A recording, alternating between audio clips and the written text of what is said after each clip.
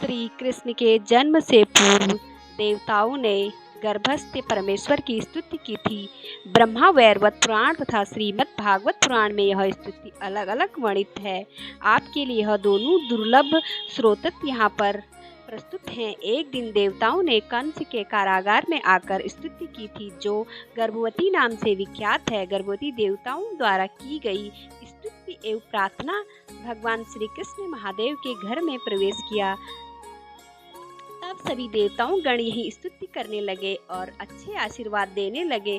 जब कोई गर्भवती माता यह स्तुति को आनंदित हो उठता है और उसका गर्भ में विकास भी अच्छा लगता है।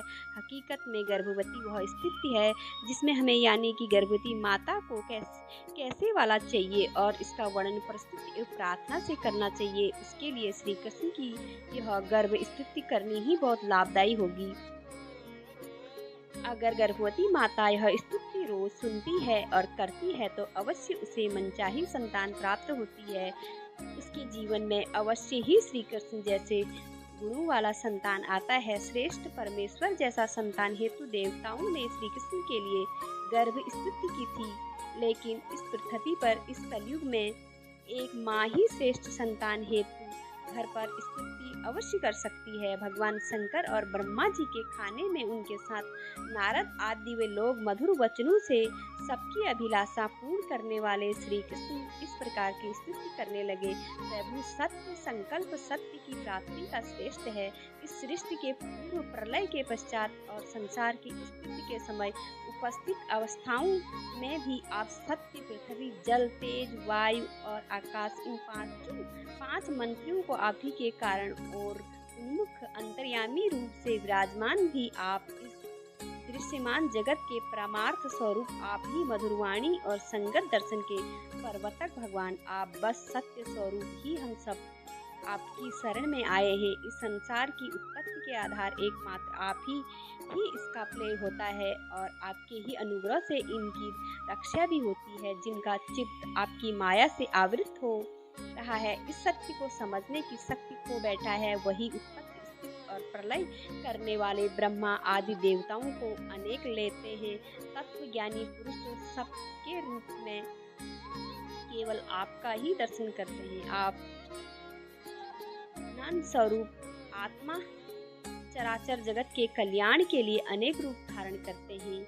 आपके विरूप विशुद्ध प्रकृति समन्वय होते हैं और पुरुषों को बहुत ही सुख देते हैं। साथ में ही दूसरों को उनके पिता को ढूंढने और उनके लिए मंगलमय भी आप ही होते हैं। कमल के समान कोमल अनुग्रह भरे नेत्र वाले प्रभु कुछ विरले लोग ही आपके समस्त पदार्थों को प्राणियों को आश्चर्य स्वरूप रूप में पूर्ण एकाग्रता से अपनी चित लगा पाते हैं। आपके चरण कमल रूपी जहाज का आश्रय लेकर इस संसार सागर को बचने के गुरु के गड्ढे के समान अन्यास पार कर जाते हैं। क्यों न अब तक के संत और किसी वजह संसार सागर को पार जो किया है।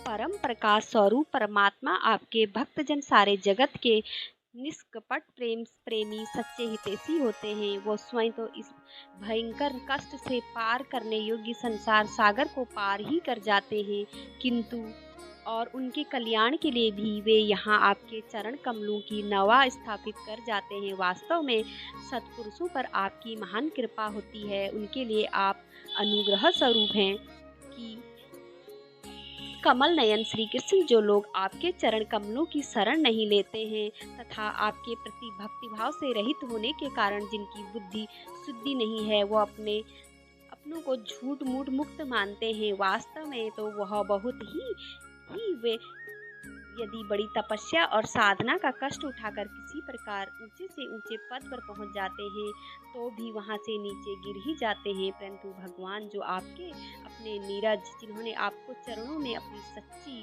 प्रीत जोड़े रखी, वे कभी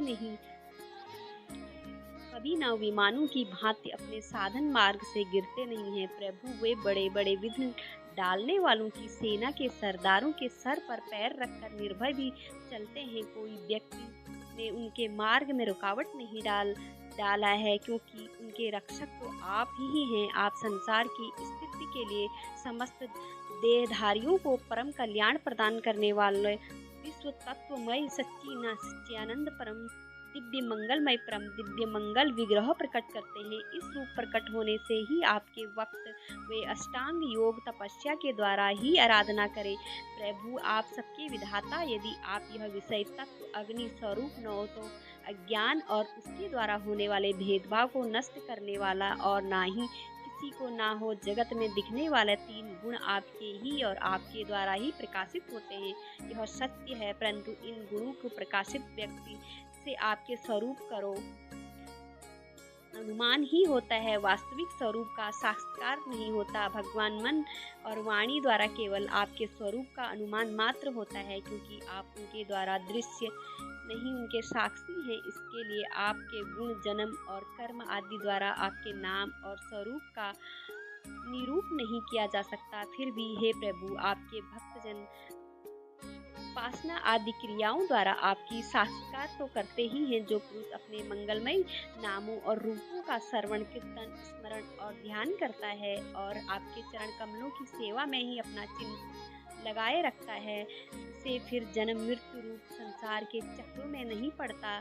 संपूर्ण दुखों को हारने वाला भगवान आप सर्वश्रेष्ठ हो। यह अच्छी तो आपका चरण कमल ही है, आपके अवतार से इसका भार दूर हो गया। धन्य है प्रभु, हमारे लिए यह बड़े सौभाग्य की बात है कि हम लोग आपके सुंदर सुंदर चिन्हों से युक्त चरण कमलों के द्वारा वित्त पोषित पृथ्वी को स्वर्ग लोक को कृतार्थ देखेंगे। प्रभु आप अजन्मा है, यदि आपके जन्म के कारण के संबंध में ना करें तो यही कह सकते हैं कि यह कहने का कारण यही है कि आप तो भेद रहित अधिष्ठान स्वरूप और इस जगत की उत्पत्ति स्थिति तथा प्रलयंकर द्वारा आप में आरोपित प्रभु अपने आप जैसे उनके अनेकों बार सत्य मत्स्य कच्छप वराह हंसराज परशुराम और चाणक अवतार धारण करके हम लोगों की और तीनों लोगों की रक्षा की है, वैसे ही आप इस बार पृथ्वी का भार हरण कीजिए। प्रभु ही इंदुनंदन, हम आपके चरण वंदना करते हैं, हम देवों की वंदन करते हैं, उसे भी संबंधित करते हैं कि माता जी यह बड़े सौभाग्य की बात है कि आपको ने हम सबका कल्याण करने के लिए भगवान को सतत अपने बल आदि के साथ पधारे हैं। अब आधे घंटे तनिक भी मत करिए, अब तो वह कुछ दिनों का मेहमान है, आपका पुत्र नंदन रक्षा करेंगे। प्रभु श्री कृष्ण हम आपके से दिव्य संतान प्राप्त करें।